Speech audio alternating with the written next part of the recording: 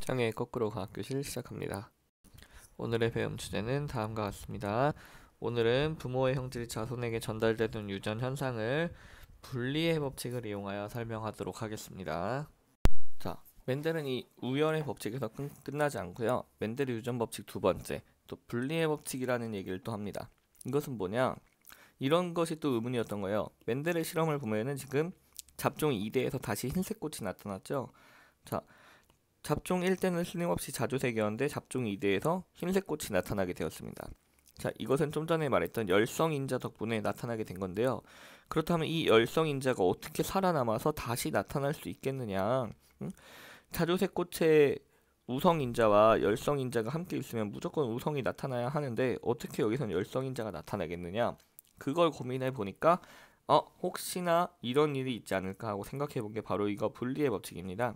하나의 형질을 결정하는 두 유전인자, 즉 자주색이냐 흰색이냐를 나타내는 두 유전인자가 서로 섞이거나 사라지지 않고 각각의 생식세포로 분리되어서 들어가기 때문에 다음 세대에서 나타날 수 있다라는 뜻이 되겠죠. 자, 분리의 법칙을 설명하기 위해서 이번에 완두콩으로 제가 한번 설명을 해볼게요. 자, 지금 완두콩을 설명을 할 때 우리가 새로운 용어를 하나만 더 배우고 갈게요.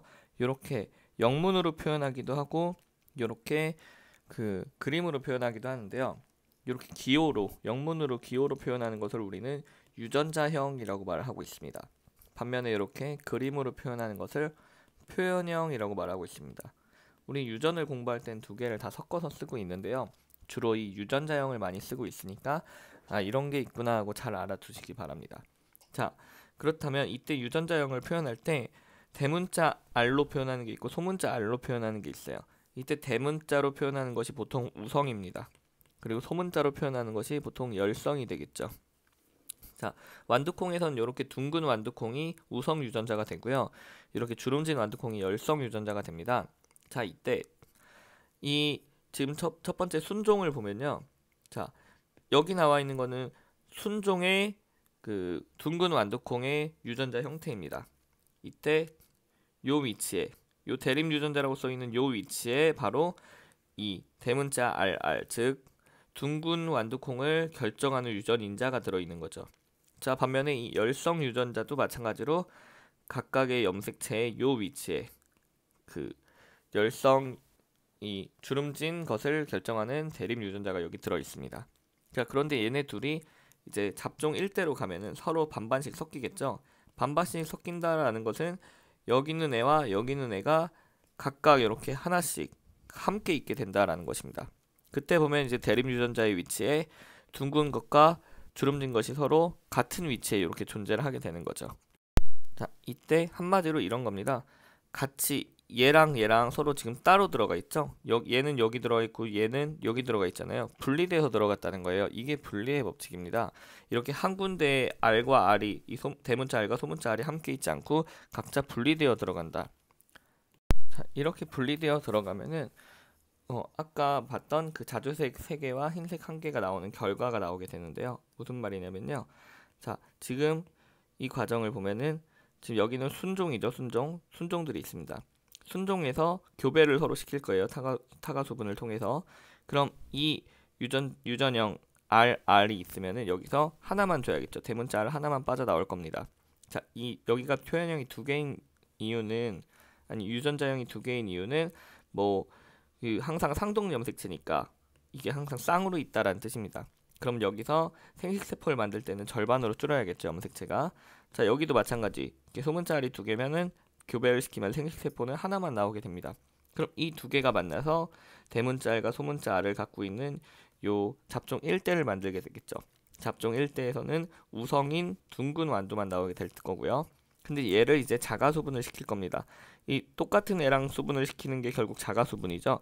자가소분을 시킬 건데 이때 여기서는 이 대문자 R을 생식세포로 줄 수도 있고요. 이 소문자 R을 생식세포로 줄 수도 있겠죠. 근데 이쪽도 마찬가지겠죠. 대문자 R을 생식세포로 줄 수도 있고 소문자 R을 생식세포로 줄 수도 있을 겁니다. 이렇게 할 수 있는 이유는 바로 얘네가 따로따로 분리되어 있기 때문이죠.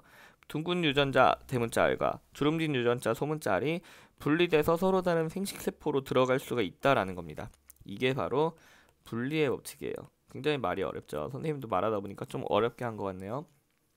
자, 그렇게 되면은 이 대문자 알끼리 만나게 되면은 마치 순종과 같은 그런 둥근 완두콩이 생길 거고요. 이 소문자 알과 이 대문자 알이 만나면 대문자 알과 소문자 알이 서로 섞여 있는 것. 얘는 처음 얘 잡종 1태와 똑같죠? 둥근 완두콩이 생길 거고요. 여기도 마찬가지. 대문자와 소문자가 만나니까 둥근 완두콩이 생길 거고요.